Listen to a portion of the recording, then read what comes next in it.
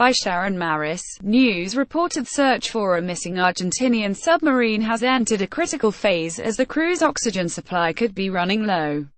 Dozens of planes and boats are searching for the San Juan, which has been missing in the South Atlantic since the 15th of November with 44 crew on board.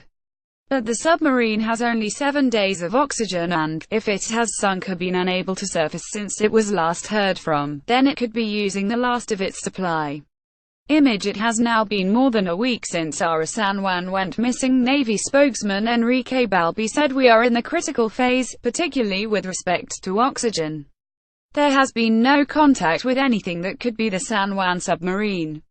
We are in a very dangerous situation, and one that is getting worse. As long as the 34-year-old German-built submarine can reach the surface periodically to replenish its air, the crew could survive indefinitely, although there is nothing to indicate they have achieved this." The Argentine military submarine San Juan was 34 years old. Naval investigator Fernando Morales told Reuters if the captain stayed at the bottom because he thought it was more prudent to stay at the bottom, it's one thing.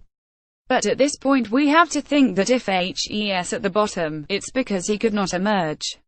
After a few days of good weather, searchers including 30 boats and planes and personnel from the US, UK, Chile and Brazil are expecting deteriorating conditions from Thursday. Mr. Balbi revealed that a noise had been detected almost 3 hours after the submarine disappeared, near its last reported position. He described this as a hydroacoustic anomaly but declined to say whether it indicated an explosion or emergency on the submarine.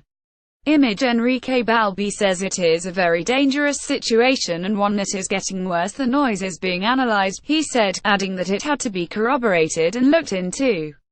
Several possible signals, including SN flares, that were previously detected in the search turned out to be false alarms.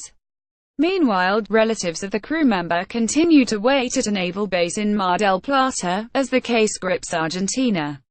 The hashtags Los44, the 44 and Enrique Balbi have become trending topics on Twitter, and relatives have featured on newspaper front pages.